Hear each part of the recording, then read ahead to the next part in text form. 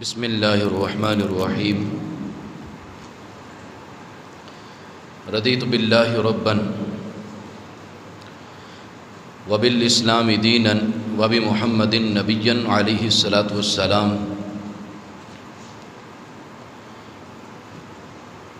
رب اشرح لی صدری ویسر لی امری واحلل عقدۃ من لسانی یفقہوا قولی۔ الحمد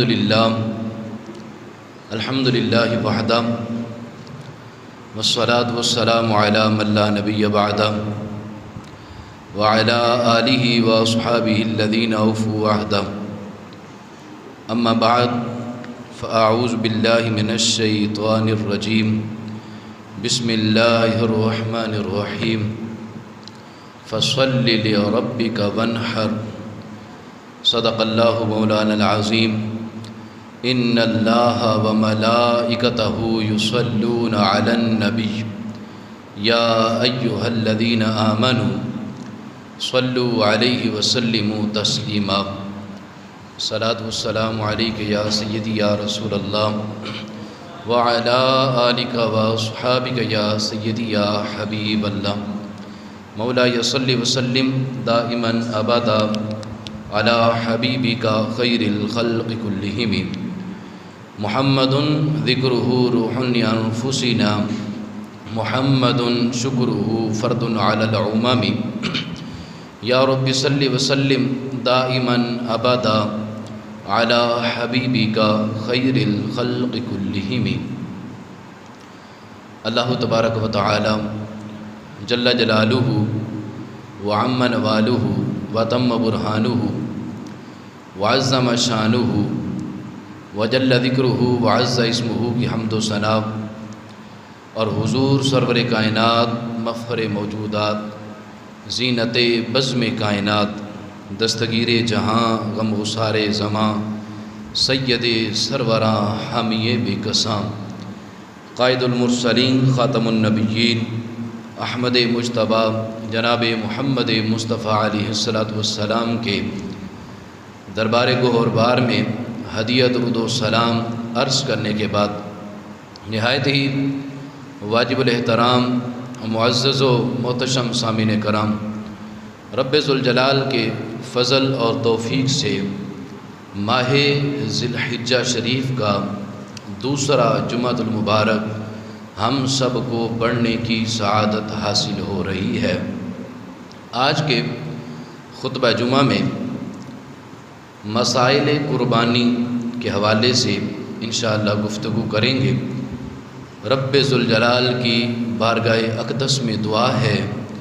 کہ جو ہم سنیں اللہ خالق کائنات ہمیں اس پر عمل کرنے کی توفیق نصیب فرمائے۔ بلا تمہید و تمثیل آئیے مسائل کی طرف چلتے ہیں۔ قربانی کس کے اوپر لازم ہے؟ کون ہے جو قربانی کرے گا؟ شریعت کی طرف سے کس کے اوپر قربانی لازم ہے؟ تو یاد رکھیں، شرعی اعتبار سے جو نصاب ہے وہ تو یا تو 7.5 تولے سونا ہو یا 52.5 تولے چاندی ہو، یا پھر 52.5 تولے چاندی کی قیمت کا اس کے پاس مال تجارت ہو، یا اس کے پاس نقدی پیسے موجود ہوں جن کی قیمت 52.5 تولے چاندی کے برابر کم از کم بن جائے، تو اس بندے کے اوپر سال گزرنے پر زکوٰۃ بھی لازم ہو جاتی ہے۔ اور قربانی کے ایام میں اگر اتنے پیسے یا اتنی مالیت کا وہ بندہ مالک ہو گیا تو اس کے اوپر سال گزرے بغیر ہی اس بندے کے اوپر قربانی لازم ہو جائے گی۔ اس میں ایک چیز جو ہے وہ سمجھنے والی ہے، وہ یہ ہے، ہمارا ذہن یہ بنا ہوا ہے کہ 7.5 تولے سونا ہوگا تو شاید پھر ہی زکوٰۃ لازم ہوتی ہے، پھر ہی قربانی لازم ہوتی ہے، یا پھر 52.5 تولے چاندی ہوگی تو پھر ہی زکوٰۃ یا قربانی لازم ہوتی ہے۔ ایسا نہیں ہے۔ 7.5 تولے جو سونا کہا گیا ہے اس کا مطلب ہے کہ اس کے پاس صرف اور صرف سونا ہی سونا ہے، یا 52.5 تولے چاندی جو کہا گیا ہے اس کا مطلب ہے کہ اس کے پاس صرف چاندی ہی چاندی ہے۔ تو اگر کسی کے پاس صرف سونا ہے، اب اگر 7 تولے بھی سونا ہوگا تو اس بندے کے اوپر زکوٰۃ لازم نہیں ہوگی۔ اگر کسی کے پاس 52 تولے بھی چاندی ہوگی تو اس بندے کے اوپر زکوٰۃ لازم نہیں ہوگی۔ ہاں اگر کسی کے پاس تھوڑا سا سونا ہے، 1 یا 2 تولے سونا، اور اس کے ساتھ تھوڑی سی بھی چاندی موجود ہے، یا کسی کے پاس 1-2 تولے سونا موجود ہے اور اس کے ساتھ اس کے پاس تھوڑے سے بھی پیسے موجود ہیں، اب ان دونوں کی رقم کو ملائیں گے، یعنی سونے کی رقم ان کو نکالیں گے اور جو اس کے پاس نقدی اور پیسے موجود ہیں اس کی رقم کو، یعنی 1000 روپیہ بھی اگرچہ صرف اس کے پاس ہے تو اب آپ دیکھ لیں کہ سونے کے 1 تولے کی قیمت کتنی بن رہی ہے، یعنی کہ لاکھ سے بھی اوپر بن رہی ہے۔ اور اس وقت جو نصاب ہے وہ تقریباً 88,000 روپے، 88,000 روپیز، یعنی 88,000 روپے تقریباً اگر کسی کے پاس پیسے ہیں تو وہ بندہ صاحب نصاب بن جاتا ہے، یا پھر 88,000 کی مالیت کسی بھی اعتبار سے اس کے پاس ہے، بن جاتی ہے، وہ بندہ صاحب نصاب بن جاتا ہے۔ اگرچہ 1 تولہ سونا ہو اور اس کے ساتھ تھوڑی سی بھی رقم اس کی ملک میں ہو تو وہ بندہ اس کے اوپر قربانی لازم ہے،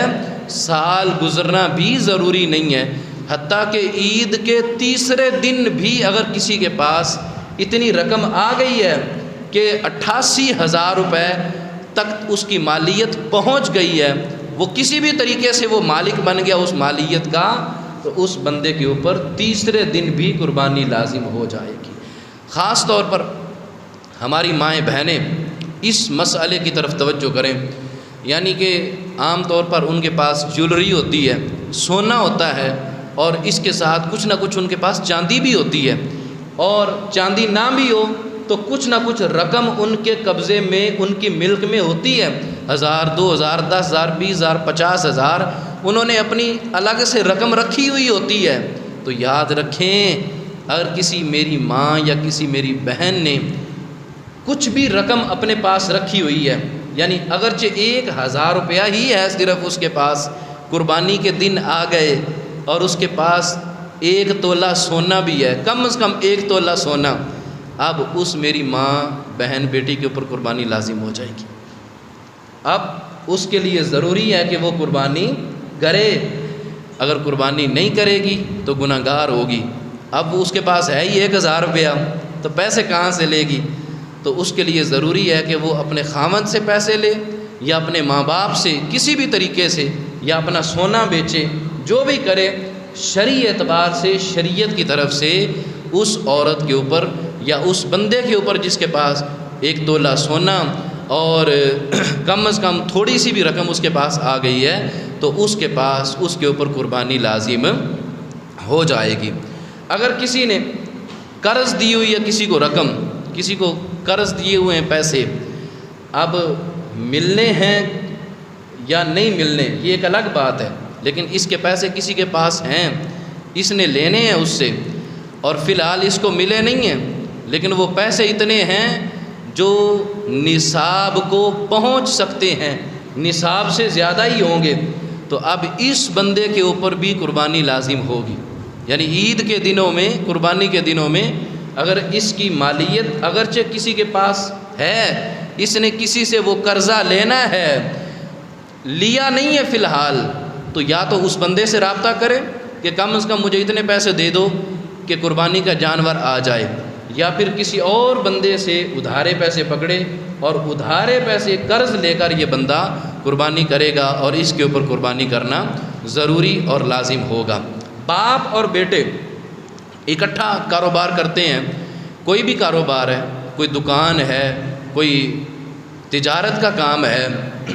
تو کسی دکان پر بیٹھتے ہیں، کوئی بزنس ہے وہاں پر کام کرتے ہیں، اگر تو دونوں کے پاس الگ الگ نصاب موجود ہے تو دونوں کے اوپر قربانی ہوگی، اور اگر صرف بیٹا باپ کی ہیلپ کرتا ہے، یعنی اس کے ساتھ معاونت کرتا ہے،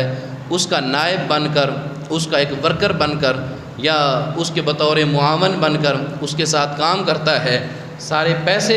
جو ہیں وہ والد صاحب کے ہی ہاتھ میں ہوتے ہیں، تو اب صرف والد صاحب کے اوپر قربانی لازم ہوگی۔ لیکن اگر بیٹے کے پاس الگ سے اماؤنٹ موجود ہے، بیٹی کے پاس الگ سے اماؤنٹ موجود ہے، زوجہ کے پاس الگ سے اماؤنٹ موجود ہے، تو اس طرح باپ کے اوپر بھی قربانی لازم، بیٹے کے اوپر بھی لازم ہے، بیٹی کے اوپر بھی لازم ہے، اور بیوی کے پاس اگر مالیت ہے تو بیوی کے اوپر بھی قربانی لازم ہوگی، اور بیوی کو بھی قربانی کرنا لازم ہے۔ اگر کسی نے یہ مسائل میں جلدی بیان کر رہا ہوں، ان کی تفصیل تو بہت زیادہ ہے، لیکن آج بہت سارے مسائل میں نے آپ کے سامنے رکھنے ہیں، اور آپ نے بالکل بھی توجہ ادھر ادھر نہیں کرنی، مکمل طور پر سننے ہیں۔ اگر سمجھ نہ آئے تو آپ بعد میں میرے ساتھ رابطہ کر سکتے ہیں، بعد میں میرے پاس آئیں، انشاءاللہ اس کی تفصیل بھی میں آپ کو بتا دوں گا۔ اگر کسی نے چند سالوں کی قربانی نہیں کی ہے، 1 سال گزر گیا، 2 سال، 3 سال، 4 سال، 5 سال، اب اس کو سوچ آئی ہے کہ اب مجھے قربانی کرنی چاہیے، میرے اوپر تو قربانی لازم تھی اور میں نے کی نہیں ہے قربانی، اب اس کو سوچ آئی، اب وہ قربانی کرنا چاہتا ہے، تو اس کا طریقہ کار یہ ہے کہ ہر سال کا حساب لگائے گا، ہر سال کے اعتبار سے ایک بکری جو کم از کم 1 سال کی ہو، اس کی جتنی قیمت بنتی ہے، مثال کے طور پر 30,000 روپے کم از کم ایک بکری آ جاتی ہے، یا 25,000 کی آ جاتی ہے، تو یہ اتنے پیسے صدقہ کرے گا۔ کیا کرے گا؟ صدقہ کرے گا۔ اتنے پیسے کیا کرے گا؟ صدقہ کرے گا۔ پچھلے سالوں کی اب قربانی تو یہ نہیں کر سکتا ہے، لیکن 4 سال، 5 سال، یا 1 سال، یا 2 سال، جتنے سالوں کی بھی قربانی رہ گئی ہے، ہر سال جو ہے اس کے بدلے میں ایک بکری کی قیمت، مثال کے طور پر 25,000 روپے، اگر 25,000 کی بکری مل جاتی ہے، 1 سال کی بکری، اور 4 سال کی اس کی زکوٰۃ رہتی ہے، تو یہ 1,00,000 روپیہ، کتنا؟ 1,00,000 روپیہ یہ صدقہ کرے گا۔ اس کے ساتھ اس دفعہ بھی یہ بندہ قربانی کرے گا، کیونکہ اس کے اوپر قربانی لازم ہو رہی ہے۔ تو یہ طریقہ ہے کہ اگر کسی کی پچھلے سالوں کی زکوٰۃ رہ جائے تو ان سالوں کی زکوٰۃ ادا کرنے کا طریقہ ہے۔ کرائے پر بہت سارے مکان دیے ہوئے ہوتے ہیں، بہت ساری دکانیں کرائے پر دی ہوئی ہوتی ہیں، تو یاد رکھیں کرائے کے مکان یا کرائے کی دکان کی وجہ سے بندے کے اوپر نہ زکوٰۃ لازم ہوتی ہے، نہ ہی قربانی لازم ہوتی ہے۔ ہاں، اس دکان اور اس مکان کا جو کرایہ مل رہا ہے، اگر وہ کرایہ اماؤنٹ کی صورت میں، اس کے پاس پیسوں کی صورت میں اتنا جمع ہو گیا کہ وہ کرایہ نصاب کو پہنچ گیا، اگر اتنے پیسے اس کے پاس جمع ہو گئے ہیں تو پھر بھی اس کے اوپر قربانی لازم ہوگی، ادروائز اس کے اوپر قربانی لازم نہیں ہوگی۔ یعنی اگر کرایہ تھوڑا ہے، 10,000 روپے کرایہ ہے، اور 10,000 کہیں اور کسی بیچارے کو ملتا ہے، 20-25,000 گھر کا خرچہ ہے، اس کو جمع کرنے کا موقع ہی نہیں مل رہا، تو ظاہر سی بات اس کے پاس اماؤنٹ نہیں ہے، بھلے اس کے 10 مکان کرائے پر چڑھے ہوئے ہیں، بھلے اس کی 10 دکانیں کرائے پر چڑھی ہوئی ہیں، لیکن گاؤں دیہات کا ماحول ہے، 2-4 ہزار روپیہ کرایہ آتا ہے، اور اس کی کرایہ کا وہ پورا ہی نہیں ہوتا، کرایہ گھر کے خرچے میں ہی چلا جاتا ہے، اس کے پاس اماؤنٹ جمع ہے ہی نہیں، تو اب کرائے کی دکانوں اور کرائے کے مکانوں کی وجہ سے قربانی یا زکوٰۃ تو لازم نہیں ہوگی۔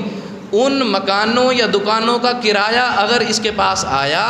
اور اس نے جمع کیا اور اتنے پیسے اس کے پاس جمع ہو گئے جو نصاب کو پہنچ گئے ہیں،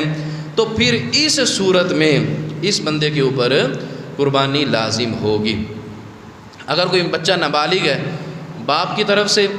ورثے میں بہت ساری مالیت بعض اوقات مل جاتی ہے، اگرچہ وہ کسی کی کفالت میں ہے، تایا ابو کی، چچا کی کفالت میں ہے، یا کسی اور کی کفالت میں ہے، لیکن وراثت میں بہت سارا مال مل گیا، لاکھوں روپے اس کو وراثت میں مل گئے، جس کا باپ کروڑوں کا مالک اگر وہ فوت ہو جائے تو ظاہر سی بات ہے وراثت بیٹے کو ہی ملے گی نا، بیٹے بیٹیوں کو ملے گی، لیکن ہے نابالغ، تو نابالغ ہونے کی صورت میں اس بچے کے اوپر قربانی لازم نہیں ہے، کیونکہ قربانی لازم بالغ پر ہوتی ہے، نابالغ پر قربانی لازم نہیں ہوتی ہے۔ شریعت کے جو احکام لگتے ہیں وہ بالغ پر لگتے ہیں، نابالغ پر نہیں لگتے ہیں۔ اسی طرح نابالغ اولاد ہے تو باپ اگر صاحب نصاب ہے تو اس کے اوپر بھی اپنی نابالغ بچوں کی قربانی دینا لازم نہیں ہے۔ نابالغ بچوں کی طرف سے قربانی کر دے تو بہتر ہے، اچھا عمل ہے، لیکن پہلے اپنی قربانی کرے۔ اگر صاحب نصاب ہے تو پہلے اپنی قربانی کرے، پھر اگر جیب اجازت دے تو جس کی طرف سے مرضی کرتا رہے، کوئی اس کو کوئی حرج والی بات نہیں ہے۔ اگر باپ بھی صاحب نصاب ہے، بیٹا بھی صاحب نصاب ہے، اور باپ چاہتا ہے کہ اس دفعہ میں اپنے بیٹے کی قربانی میں کرتا ہوں، ایک بڑا جانور لے کر آ گئے، تو اس صورت میں اولاد سے اجازت لینی پڑے گی۔ اگر اولاد اجازت دے دے کہ ٹھیک ہے آپ ہماری طرف سے قربانی کر دیں، تو اس صورت میں پھر وہ قربانی کر سکتا ہے۔ ادروائز اگر انہوں نے اجازت نہیں دی ہے یا ان سے اجازت نہیں لی اپنی اولاد سے، اور اولاد ہے بالغ اور صاحب نصاب بھی ہے، تو پھر اجازت اگر نہیں لی ہے تو ان کی طرف سے اگر یہ قربانی یعنی والد اگر قربانی کرے گا بھی تو پھر بھی قربانی ادا نہیں ہوگی۔ آج کل پرائز بانڈ بہت زیادہ چلتے ہیں، پرائز بانڈ یعنی رقم ملتی ہے، انعامی رقم ملتی ہے، کسی کا پرائز بانڈ نکل آئے تو اس کی رقم اگر ملی ہے تو وہ رقم بھی اگر نصاب کو پہنچتی ہے یعنی 88,000 روپیز، کم از کم 88,000 روپے اگر کم از کم اس کے پاس مالیت جمع ہو گئی ہے، پرائز بانڈ کے اعتبار سے وراثت میں ملی ہوئی رقم ملی ہے یا کہیں سے بھی اس کو خدا کا تحفہ مل گیا، تو اگر اس کی اتنی رقم بن گئی ہے تو اس کے اوپر زکوٰۃ لازم ہو جائے گی، اور قربانی یعنی سال گزرے گا تو زکوٰۃ بھی لازم ہو جائے گی، اور قربانی کے دنوں میں یہ اس نصاب کا مالک ہو گیا تو قربانی بھی لازم ہو جائے گی۔ بعض کا ایسا ہوتا ہے بہت سارا حق مہر لکھ لیا جاتا ہے، یعنی 5 لاکھ 10 لاکھ روپے حق مہر لکھ لیا جاتا ہے، اور اس کی ایک مدت رکھ دی جاتی ہے کہ 10 سال بعد 20 سال بعد یا بالفرض اگر خدا نخواستہ بچی کو طلاق دیں تو اس وقت ہم یہ ادا کریں گے۔ تو یہ کوئی یہ نہ سمجھے کہ یہ قرض کی صورت ہے اور میرے اوپر تو قرض ہے اس لیے میرے اوپر قربانی لازم نہیں ہے، یہ قرض ہے لیکن یہ قرض مؤجل ہے، حمزہ کے ساتھ مؤجل، یعنی جس کا ایک معاہدہ ہوا ہے کہ دیر سے ادا کرنا ہے، تو اس میں وہ صورت نہیں ہے۔ یہ قرض جو ہے یہ زکوٰۃ سے نہیں روکے گا اگر اس کے پاس پیسے موجود ہیں، اگرچہ اس نے حق مہر کے پیسے دینے ہیں لیکن ظاہر سی بات اس کا ایک معاہدہ ہوا ہے، اتنے سالوں بعد جا کے وہ دینے ہیں، تو اس کے پاس اگر وہ نصاب کے پیسے ہیں تو یہ بندہ قربانی ادا کرے گا، قربانی اس کے اوپر لازم ہوگی۔ بعض لوگ یہ کہتے ہیں کہ اگر کوئی عقیقہ کرنا چاہتا ہے، عقیقہ اور قربانی کا جانور ہے اس میں اگر وہ عقیقے کا حصہ رکھ لیتا ہے تو اس کو قربانی کرنا بھی ضروری ہوگا، تو یاد رکھیں ایسا نہیں ہے، قربانی عقیقے کی وجہ سے لازم نہیں ہوتی، یعنی عقیقے کا حصہ اگر قربانی میں رکھ لیں تو اس وجہ سے بندے کے اوپر قربانی لازم ہو، ایسا نہیں ہے۔ قربانی لازم ہوتی ہے جب بندہ صاحب نصاب بن جاتا ہے، جب بندہ اتنی رقم کا مالک بن جاتا ہے، جو رقم 52.5 تولے چاندی کی قیمت کی جو رقم بنتی ہے اتنی رقم کا مالک بن گیا تو اس کے اوپر قربانی لازم ہوگی۔ اگر اس کے پاس اتنی رقم نہیں ہے، یہ صاحب نصاب نہیں ہے اور یہ ویسے ہی کہتا ہے چلو میں اپنے بچوں کا عقیقہ کر لیتا ہوں، فلاں جانور ہے اس میں 2 حصے رہ گئے ہیں 3 حصے رہ گئے ہیں، چلو یار 3 حصے میرے شامل کر لو، اپنے بیٹوں کی طرف سے میں عقیقہ ادا کر رہا ہوں، قربانی اس کے اوپر لازم نہیں ہے، عقیقہ یہ کرے گا تو عقیقہ اس کی طرف سے ادا ہو جائے گا۔ اس کے ساتھ یہ مسئلہ بھی ہمارے سامنے واضح ہو گیا کہ قربانی کے جانور میں عقیقے کا حصہ بھی رکھا جا سکتا ہے، عقیقے کا حصہ بھی رکھا جا سکتا ہے، یعنی 3 حصے قربانی کے ہوں، 4 حصے عقیقے کے ہوں یا 6 حصے قربانی کے 1 حصہ عقیقے کا، تو ایسا بھی ہو سکتا ہے۔ 7 افراد ضروری نہیں ہے، بڑے جانور میں ضروری نہیں ہے کہ پورے 7 حصے کیے جائیں، زیادہ سے زیادہ 7 حصے کر سکتے ہیں، یعنی 8 حصے نہیں کر سکتے، 7 حصے زیادہ کریں گے، کم از کم جتنے بھی ہو جائیں، یعنی بڑا جانور 4 افراد نے مل کر لیا تو یہ 4 افراد میں بڑا جانور ڈیوائیڈ ہو جائے گا، تقسیم ہو جائے گا، یعنی گوشت اس اعتبار سے پھر زیادہ آئے گا، اور ٹوٹل جانور کے حصے ہی 4 ہوں گے۔ کتنے حصے ہوں گے؟ 4 حصے ہو جائیں گے۔ 7 حصے کرنا ضروری نہیں ہے، 7 حصے کرنے کی اجازت ہے۔ ایک بندہ اونٹ اپنی طرف سے 1 اونٹ بھی کر سکتا ہے، یعنی 7 حصے کرنے کوئی ضروری نہیں ہے۔ تو جس کی جتنی رقم زیادہ خرچ ہوگی، جتنا گوشت زیادہ ہوگا، اللہ اس کو اتنا ہی زیادہ ثواب عطا فرمائے گا۔ تو 7 حصے کرنا ضروری نہیں ہے، 2 افراد 3 افراد 4 افراد مل کر بھی قربانی ایک بڑا جانور لے سکتے ہیں، اور اس میں ٹوٹلی حصے 4 بھی رکھ سکتے ہیں، یعنی وہ حصے ٹوٹل 4 ہو جائیں گے، 7 حصے کرنا ضروری نہیں ہوگا۔ 7 حصے ہی کر سکتے ہیں، اس سے زیادہ حصے نہیں کر سکتے ہیں۔ بکری، بھیڑ، دمبا، ان میں ظاہر سی بات ہے ایک ہی حصہ ہوگا۔ اچھا، بعض کا یہ مسئلہ بھی قابل غور ہے کہ 4 یا 5 بکرے لے کر گھر میں آ گئے، اب 5 بکرے اور 5 قربانیاں گھر کی، تو اب کیسے پتہ چلے گا کس کی قربانی کون سی ہے؟ کیا نشانی لگانا ضروری ہے کہ زید کی یہ ہے، عمر کی یہ ہے، بکر کی یہ ہے، ہندا کی یہ ہے، فاطمہ کی یہ؟ ایسا ضروری نہیں ہے۔ 5 افراد ہیں تو 5 بکرے گھر میں آ گئے ہیں، 5 قربانیاں آ گئی ہیں، تو نشاندہی کرنا ضروری نہیں ہے، خاص کرنا ضروری نہیں ہے۔ بس ویسے ہی کہہ دیں کہ اس میں ایک قربانی میری ہے، ایک قربانی فلاں کی ہے، ایک قربانی فلاں کی ہے، اس کو خاص کرنا ضروری نہیں ہے۔ اگر قربانی کے گوشت میں عقیقے کا حصہ رکھا ہے تو اس کی تقسیم کاری کا طریقہ بھی یہی ہے، یعنی بہتر یہ ہے کہ 3 حصے کیے جائیں۔ جیسے قربانی کے جانور کے 3 حصے کیے جاتے ہیں تو عقیقے کے جانور کے بھی 3 حصے ہی کیے جائیں۔ سمجھ آ رہی بات کی؟ تو بہتر یہ ہے، وگرنہ سارا یعنی گوشت بھی آپ گھروں میں رکھ سکتے ہیں۔ بھینس اور کٹے کی قربانی، اس حوالے سے بہت سارے وہم دل میں ڈالے جاتے ہیں، بہت سارے شکوک و شبہات ڈالنے کی کوشش کی جاتی ہے۔ تو یاد رکھیں، مختصر یہی عرض کروں گا، جو قرآن و حدیث سے ثابت ہے وہ یہی ہے، جو ہمارے فقہاء نے تشریح کی ہے، وہ قرآن و حدیث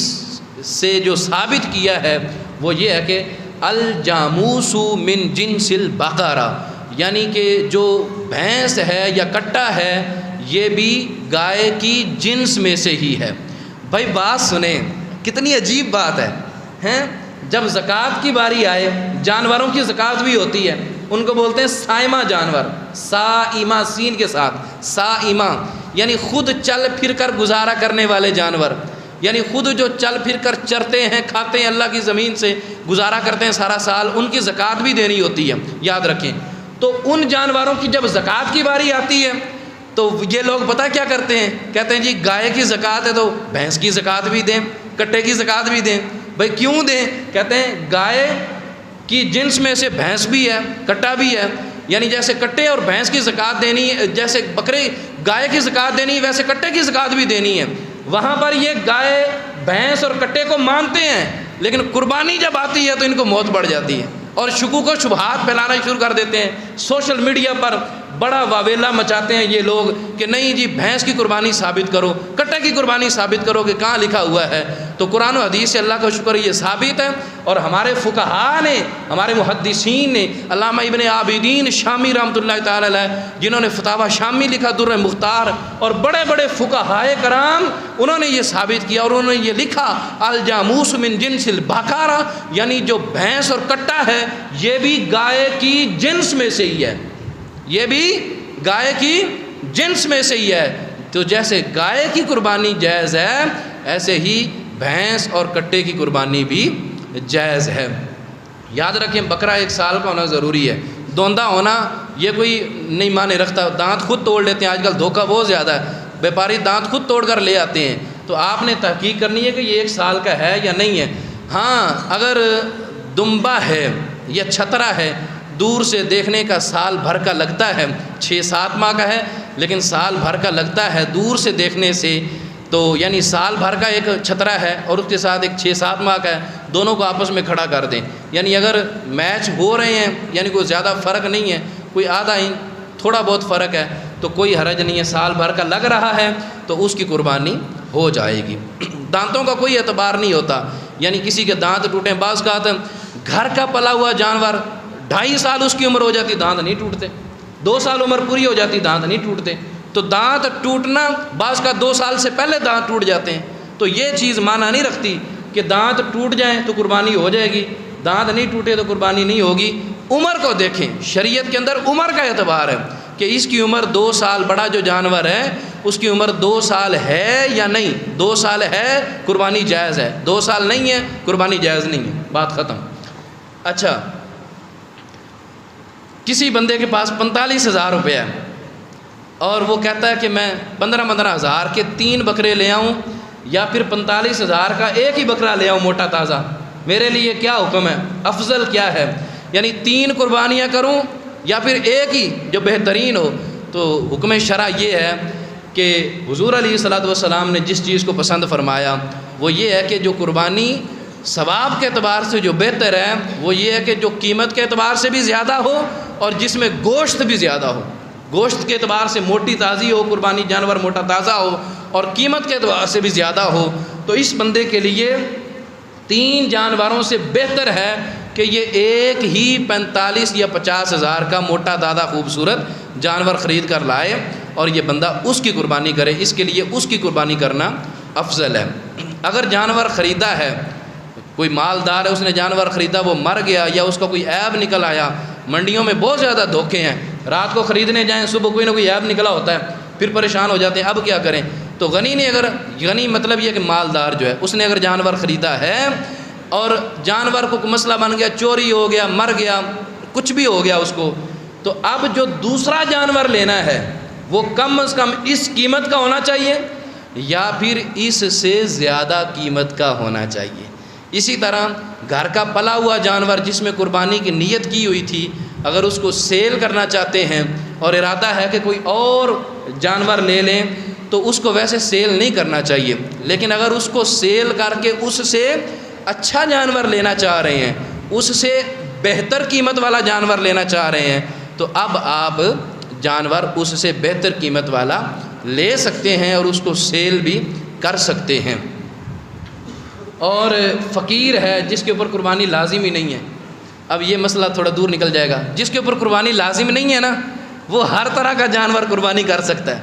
اس کے لیے ضروری نہیں ہے سال بھر کا ہو، ضروری نہیں ہے 2 سال کا ہو، وہ جیسا بھی قربانی کے لیے جانور پیش کرے گا اللہ تعالیٰ قبول فرما لے گا. یعنی جو مالدار ہے، جو صاحب نصاب ہے،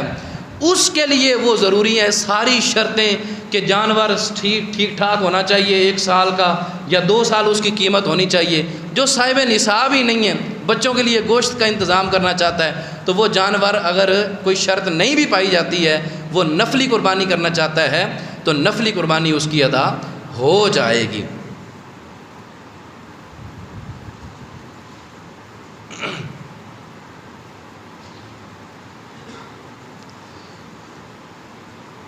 اسی طرح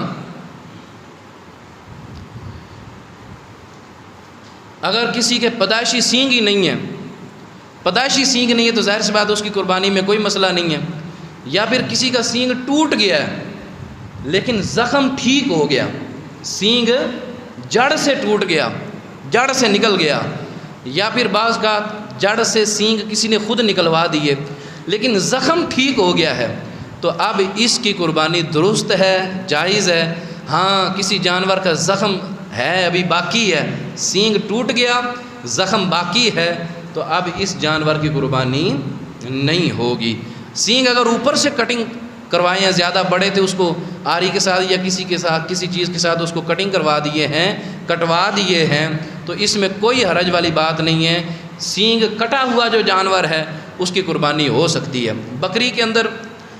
گائے کے اندر ایک تھن اگر خشک ہے، مارا ہوا ہے، شل ہے، یعنی وہ کام نہیں کرتا، 3 تھن گائے کے صحیح ہیں، بھینس کے 3 تھن صحیح ہیں جن سے دودھ آتا ہے، ایک خراب ہے، تو اس کی قربانی ہو سکتی ہے. اگر 2 خراب ہوں گے یا 2 خشک ہو چکے ہوں گے تو اس جانور کی قربانی نہیں ہوگی. بکری کے اندر 2 تھن ہوتے ہیں تو 1 تھن بھی خراب ہوگا تو ظاہر سی بات اس کی قربانی نہیں ہوگی. خصی جانور کے بارے میں بڑے شکوک و شبہات ہوتے ہیں، بڑے لوگ پوچھتے ہیں کہ پتہ نہیں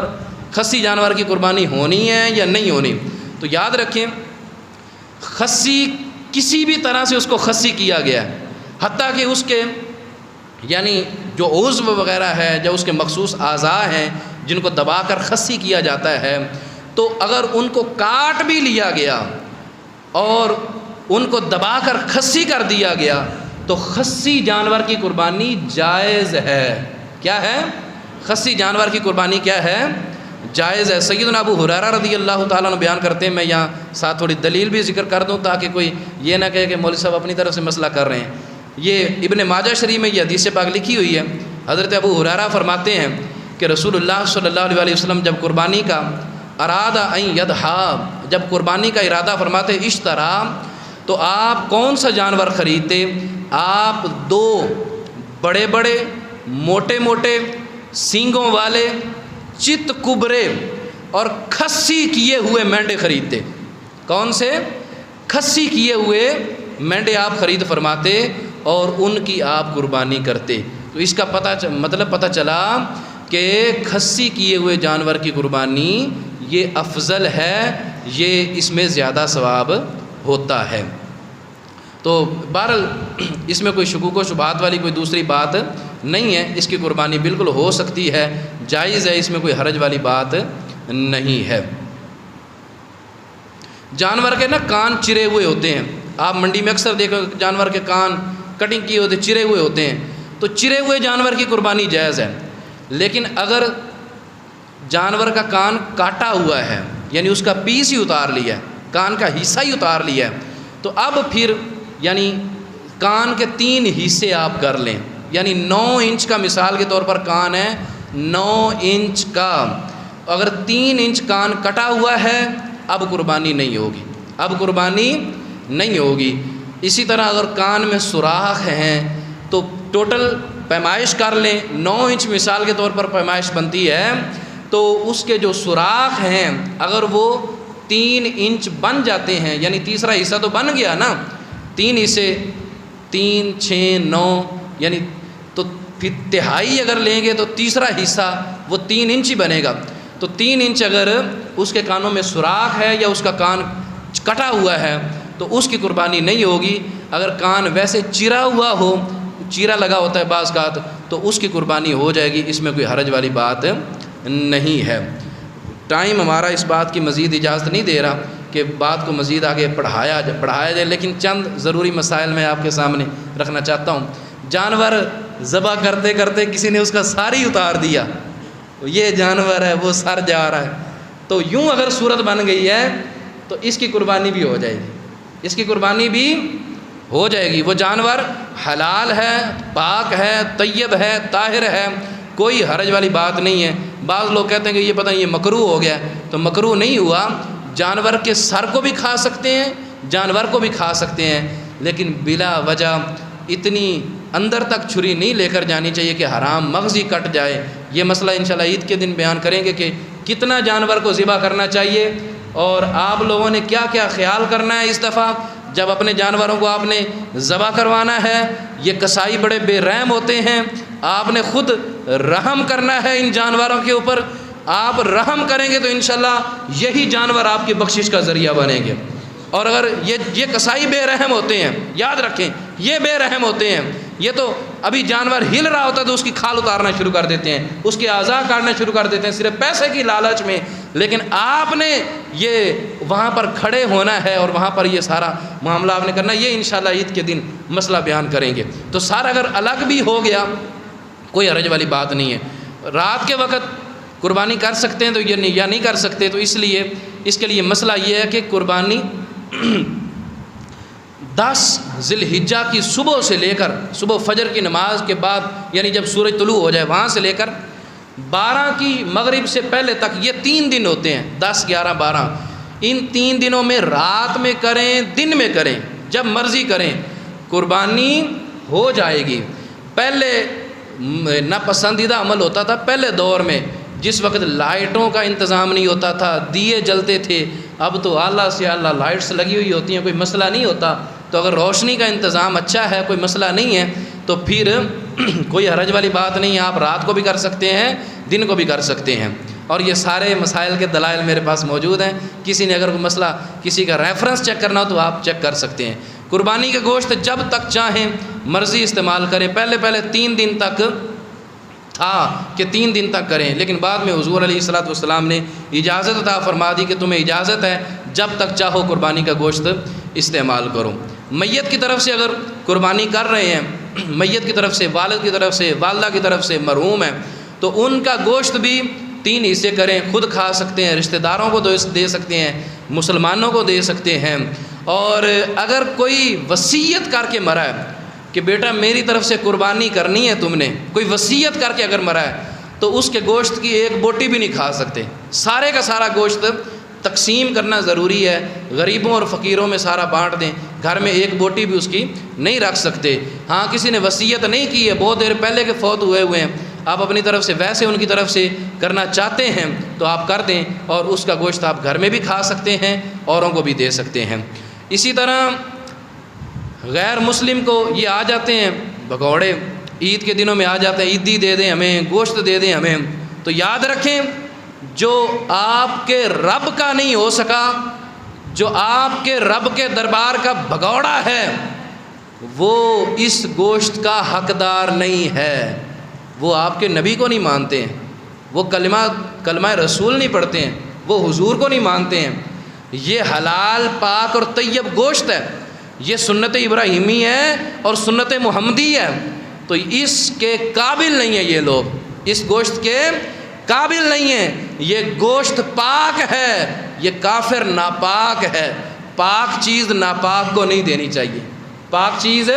ناپاک کو، اگر دل میں اتنا ہی رحم آ رہا ہے اس کو ویسے پیسے دے دینے ہیں، تو دل میں اگر اتنا ہی رحم ہے اس کو کہہ دینا کہ کلمہ پڑھ کے مسلمان ہو جائے۔ جو کلمہ نہیں پڑھتا اس کا مطلب ہے وہ آپ کے نبی کا بھی سکا نہیں ہے، جو آپ کے نبی کا سکا نہیں ہے تو وہ آپ کا سکا کہاں سے ہو گیا؟ صرف گوشت اور مطلب کے لیے آیا ہے، تو ایسوں کو خبردار، یہ قربانی کا پاک گوشت ہرگز نہیں دینا چاہیے۔ یہ چند مسائل تھے جو میں نے آپ کے سامنے عرض کیے ہیں، اور ان مسائل پر ہم نے خود بھی عمل کرنا ہے اور دوسروں تک بھی یہ مسائل پہنچانے ہیں۔ یاد رکھیں اگر علاقے کے اندر عید ہوتی ہے نا، عید کی نماز اگر علاقے کے اندر ہوتی ہے، مثال کے طور پر میں نے عید کی نماز یہاں پڑھ لی ہے اور کسی نے عید کی نماز ابھی نہیں پڑھی، وہ دوسری مسجد کا بندہ ہے، تو اس کا جانور میں جا کر ذبح کر سکتا ہوں، اس کی قربانی ہو جائے گی، قربانی اس کی ہو جائے گی۔ تو ایک علاقے کے اندر جتنی بھی مسجدیں ہیں، ان مسجدوں میں سے ایک مسجد میں بھی اگر عید کی نماز پڑھی گئی ہے، وہاں کے قاری صاحب جو ہیں وہ آ کر اگر کسی ایسے بندے کا جانور ذبح کر دیتے ہیں جس نے ابھی قربانی نہیں پڑھی، عید نہیں پڑھی، تو اس کی قربانی ہو جائے گی۔ مسائل تو بہت سارے ہیں، لیکن انشاءاللہ آہستہ آہستہ یہ سلسلہ چلتا رہے گا۔ اللہ تبارک و تعالیٰ کی پاک اور بلند بارگاہ عالیہ میں دعا ہے اللہ ہمیں عمل کرنے کی توفیق عطا فرمائے۔ وآخر دعوایا ان الحمد للہ رب العالمین۔